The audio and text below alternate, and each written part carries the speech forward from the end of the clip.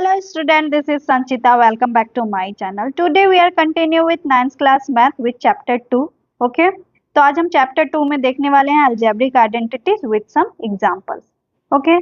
हमने इसका part 3 already देख लिया है. आज हम इसका part 4 देखने वाले हैं. Okay? तो आगे बढ़ते हैं और देखते हैं आज का first question. तो फर्स्ट क्वेश्चन ये है हमारा एग्जाम्पल नंबर 20. हमने पहले भी देखा है एग्जाम्पल्स और हमने कितने तक अलजेब्रिक आइडेंटिटी देख लिए हैं, तो हमने 7 तक देख लिए हैं. आज हम क्या क्या देखने वाले हैं, तो आज हम देखेंगे 8, 9, 10 और 11. मतलब आज हम इसे कंप्लीट करने वाले हैं, अलजेब्रिक आइडेंटिटी को कंप्लीट करेंगे. उसके बाद क्या देखेंगे, तो उसके बाद एक्सरसाइज है वो हमें देखना है. तो ठीक है, आज हम एक नया अलजेब्रिक आइडेंटिटी देखते हैं और उसे पहले लिखते हैं. ओके, तो पहले हम आइडेंटिटी देखते हैं. तो पहले हम लिखेंगे उसे कि अलजेब्रिक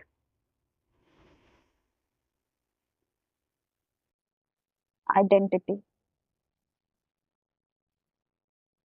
ओके, तो ये आइडेंटिटी क्या है हमारा, तो ये हमारा 8 नंबर है. हमारा 8 नंबर है. तो सबसे पहले तो हम क्या देखेंगे, तो हम एलएचएस पार्ट देखते हैं. तो क्या होगा, तो x cube plus y cube plus z cube, okay, minus 3x y z. यहाँ पे हमने 3 टर्म्स यूज किए हैं, x, y और z. ओके, ये हमने एलएचएस पार्ट लिखा है. अब इक्वल टू दे करके हम आरएचएस पार्ट लिखेंगे. तो क्या होगा, तो x plus y plus z. Okay, उसके बाद फिर से ब्रैकेट स्टार्ट. उसके बाद फिर x square plus y square plus z square minus x y. यहाँ पे क्या है कि सब एक दूसरे के साथ मल्टीप्लाई होंगे, ठीक है. Minus x y minus y z minus z x. Okay, यहाँ पे ब्रैकेट क्लोज, ये एंड हो गया. ये हमारा फर्स्ट हो गया अलजेब्रिक आइडेंटिटी का. ये वाला हमारा 8 नंबर कंप्लीट हो गया. ओके, इसी फॉर्मूले से एक और फॉर्मूला निकला हुआ है. ओके, तो अब मैं वो भी बताऊंगी. तो अब हम 9th नंबर भी देखेंगे. तो हमारा 9 नंबर कौन सा है, तो वो भी हम देखेंगे. अगर हम एक्स स्क्वायर ये वाले एलएचएस पार्ट को अभी मत देखें, ठीक है.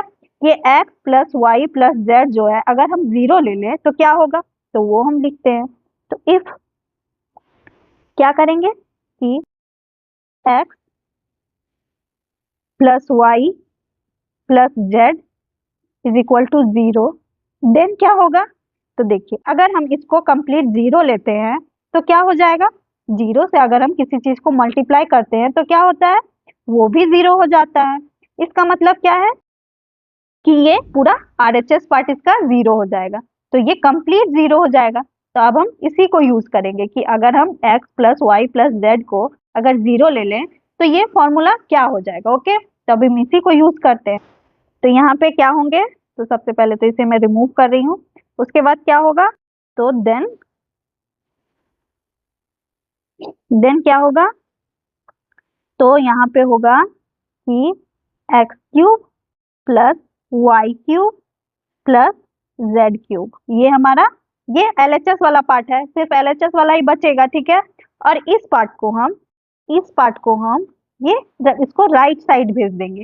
ये इसका अगर हम राइट साइड भेजते हैं तो इसका साइन चेंज हो जाएगा. तो क्या हो जाएगा साइन, तो यहाँ नेगेटिव है तो राइट साइड भेजेंगे तो ये पॉजिटिव हो जाएगा. तो उसी को अब हम लिखेंगे कि अगर हम राइट साइड भेजते हैं तो यहाँ पे क्या हो जाएगा, तो 3xyz. ओके, ये हमारा 9 नंबर भी कंप्लीट हो गया कि अगर हम x plus y plus z को 0 लेंगे तो ये फॉर्मूला ऐसा बन जाएगा. ओके, तो अब हम इसी को यूज करके एग्जाम्पल नंबर 20 सॉल्व करते हैं. इसे मैं थोड़ा सा छोटा करती हूँ और साइड करती हूँ क्योंकि अब हमें बनाना है.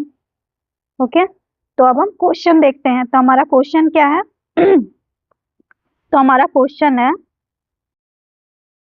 8x cube plus y cube plus 27z cube minus 18xyz. Okay, ये हमारा क्वेश्चन है. तो आप यहाँ पे ध्यान से देखो कि यहाँ पे फैक्टराइज करने बोल रहा है. तो फैक्टराइज का मतलब तो मैंने पहले बताया था कि ब्रैकेट इनटू ब्रैकेट इसका आंसर आएगा. तो इससे अभी हमें मतलब नहीं है, ठीक है. अब हम आइडेंटिटीज पे ध्यान देते हैं कि हमें कौन सा आइडेंटिटी यहाँ पे यूज हो सकता है। तो यहाँ पे हम ध्यान से देख सकते हैं, तो ये जो 8 नंबर हमारा है, ये जो 8 नंबर है जिसका x क्यूब, y क्यूब और z क्यूब है, उसको हम देखते हैं। तो इसका जो इन क्वेश्चन का जो फर्स्ट 3 टर्म है, इसको हम इसके फॉर्म में ला सकते हैं। तो हम पहले तो हम वो लाएंगे, उसके बाद हम आगे का प्रोसेस देखेंगे, ठीक है। तो सबसे पहले तो हम कौन सा यूज कर रहे हैं, तो हम 8 नंबर यूज कर रहे हैं। ओके, 8 नंबर फॉर्मूला हम यूज कर रहे हैं। तो अब हम उसको लिखते हैं। तो क्या हो जाएगा यहाँ पे, अगर 8 का क्यूब करे, तो अगर 2 इंटू 2 इंटू 2 करे तो क्या आता है, तो 8 आता है। तो हम इसी को लिखेंगे। ओके, तो यहाँ पे हम लिखेंगे 2x क्यूब। ओके, यहाँ पे हमने 2x क्यूब लिखा, और y का क्यूब तो y ही हो जाएगा। तो यहाँ पे प्लस साइन दे करके हमने y का क्यूब डायरेक्ट लिख दिया, ठीक है। और यहाँ पे क्या हो जाएगा, तो यहाँ पे हमें क्या है, तो 27 है। तो 27 को हम कैसे क्यूब्स में चेंज कर सकते हैं, अगर हम 3 इंटू 3 लिखें तो ये कितना आता है, तो ये 27 आता है। तो इसी को यूज करेंगे हम। ओके, तो यहाँ पे हम इसी को यूज करते हैं। तो यहाँ पे प्लस साइन देंगे और 3z क्यूब लिख देंगे, ठीक है। अभी -18x y z पे अभी ध्यान नहीं देते, ठीक है। यहाँ पे माइनस साइन तो हम लिख लेते हैं, ठीक है, कोई बात नहीं, यहाँ माइनस साइन हम लिख लेते हैं। अभी इस पे ध्यान नहीं देंगे, हमें क्या क्या मिल गया है हम ये देखते हैं। तो हमें x y z टर्म मिल गए हैं, तो वो हम लिख लेते हैं कि क्या क्या मिला है हमें।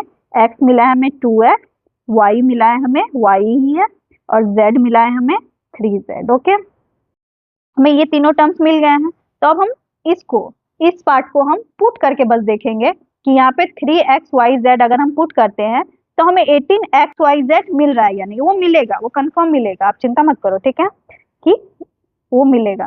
तो पहले तो हम पुट करते हैं, ठीक है। तो अगर हम यहाँ पे पुट करें, यहाँ पे 3xyz है, तो 3x क्या है हमें, तो 2x है, ठीक है।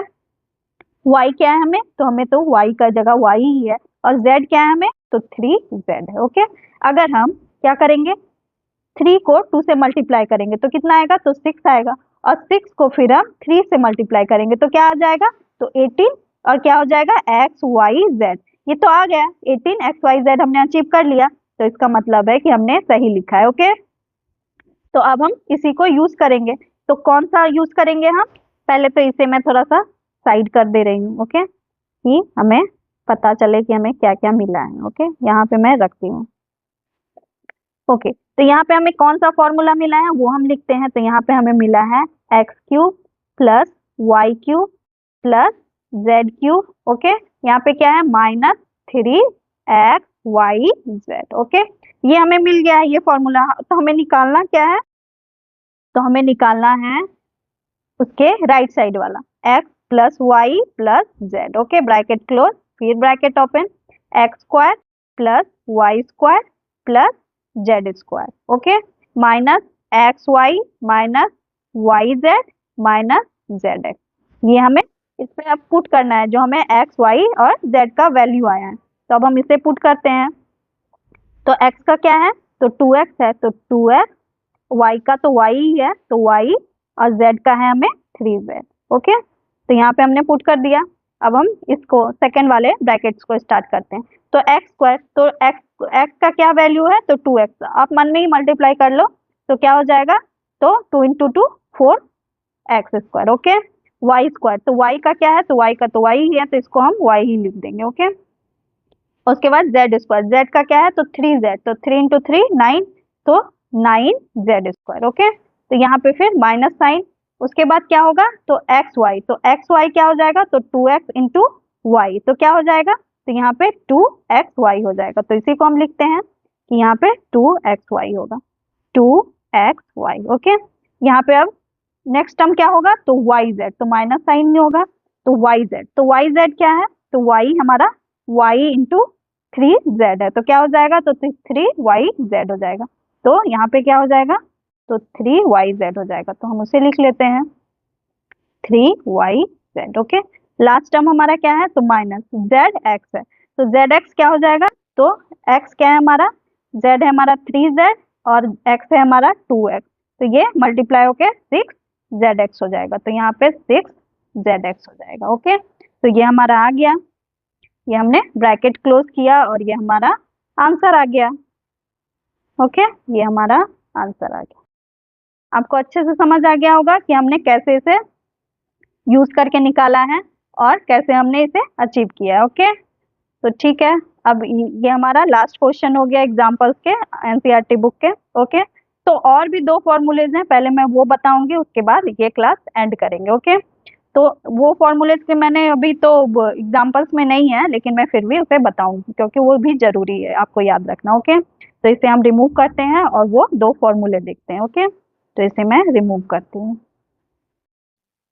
अभी हमने क्या क्या पढ़ लिया, तो हमने 8 और 9 पढ़ लिया आइडेंटिटीज। ओके, बचे क्या हुए हैं, तो 10 और 11 बचे हुए हैं, तो अब इसे देखेंगे। लेकिन इसको बताने से पहले हमें प्रीवियस क्लास का फॉर्मूला याद करना होगा। तो हमने प्रीवियस क्लास में क्या पढ़ा था, तो हमने पढ़ा था होल क्यूब का फॉर्मूला। तो वो क्या थे, तो उसे याद करते हैं पहले। तो होल क्यूब का फॉर्मूला, ओके, तो वो क्या था, तो हमारा कितना नंबर था, तो 6 नंबर था। तो 6 नंबर क्या था हमारा, तो था x प्लस वाई का होल क्यूब। ओके, इसका आरएचएस पार्ट क्या था, तो x cube plus y cube plus 3xy into x plus y. Okay, ये हमारा x प्लस वाई का होल क्यूब का फॉर्मूला था। 7 नंबर क्या था, तो यही था लेकिन माइनस में था, x माइनस वाई का होल क्यूब। ओके, इसका क्या था राइट साइड में, तो x cube minus y cube minus 3xy into x minus y. Okay, ये हमारा होल क्यूब का फॉर्मूला था। ओके, हम 9, 10 और 11 में क्या देखने वाले हैं, तो मैं अभी बताती हूँ। 10 और 11 में हम ये जो सेपरेट्स होंगे x cube plus y cube और x cube minus y cube, इसका फॉर्मूला देखने वाले हैं। ओके, ये आपके बुक्स में तो दिए हुए नहीं है, जो एनसीईआरटी का बुक है उसमें ये फॉर्मूलाज तो दिए हुए नहीं है, लेकिन ये भी आपके आइडेंटिटीज है। ओके, इसे आपको भी याद रखना होगा। हो सकता है एग्जाम्पल्स में नहीं दिए हुए इसके क्वेश्चन, लेकिन चैप्टर्स में कुछ रिलेटेड हो जिसे आपको हेल्प होगी बनाने में। ओके, तो सबसे पहले तो इसे याद रखना, इसके आरएचएस और एलएचएस पार्ट को, 6 और 7 नंबर को। ओके, अब हम सेपरेट्स देखते हैं, तो इसे मैं रिमूव करती हूँ और सेपरेट क्यूब्स देखेंगे। ओके, तो इसे रिमूव करते हैं और देखते हैं हमारा अलजेब्रिक आइडेंटिटी। तो सबसे पहले तो हम लिखेंगे अलजेब्रिक आइडेंटिटी, तो उसे लिख लेते हैं अलजेब्रिक आइडेंटिटी। ओके, तो हम क्या देखने वाले हैं, तो हम देखने वाले हैं सेपरेट क्यूब। ओके, हम देखने वाले हैं सेपरेट क्यूब, तो उसी को लिखते हैं। तो सबसे पहले तो हम कितना नंबर हम देखने वाले हैं, तो 10 नंबर। और क्या होगा हमारा फॉर्मूला, तो x cube plus y cube, ये हमारा 10 नंबर है। तो इसके आरएचएस साइड को लिखते हैं, तो इसका आरएचएस साइड होता है x plus y into x square plus y square minus x y. Okay, ये हमारा सेपरेट क्यूब का हो गया, x plus y, x cube plus y cube का। ओके, तो 11 नंबर देखते हैं, तो 11 नंबर क्या होगा हमारा, तो 11 नंबर होता है, सेम होगा लेकिन साइन बस चेंज होंगे, तो x cube minus y cube. Okay, और इसका राइट साइड में लिखते हैं हम, क्या होगा, तो एक्स माइनस वाई और into x square plus y square plus x y. Okay, ये आपको याद रखना पड़ेगा, इसका आरएचएस साइड भी और एलएचएस साइड भी, तभी आपको समझ आएगा कि मैं कैसे सॉल्व करना है क्वेश्चन, नहीं तो आपको समझ नहीं आएगा। कभी क्वेश्चंस में आरएचएस साइड दिया रहता है तो एलएचएस निकालना होता है, एलएचएस साइड दिया होता है तो आरएचएस साइड निकालना होता है। ठीक है, तो ये हमारा आज का लास्ट हो गया। ओके, और नेक्स्ट वीडियो में हम इसी के रिलेटेड एक्सरसाइज देखने वाले हैं, जो हमारा इंटरेस्टिंग होने वाला है, क्योंकि सारे आइडेंटिटीज को हम वहाँ पे यूज करेंगे और हमें सॉल्व करने में भी मजा आएगा, क्योंकि हमने ऑलरेडी पढ़ लिया है सारे आइडेंटिटीज। ओके, तो आज के लिए यही एंड करते हैं, नेक्स्ट वीडियो में हम इसी के एक्सरसाइज को देखेंगे और आगे का पढ़ेंगे। ठीक है, तो ओके, अगर आपको ये वीडियो पसंद आया हो तो प्लीज लाइक और सब्सक्राइब करना ना भूले। Thank you for today. Thank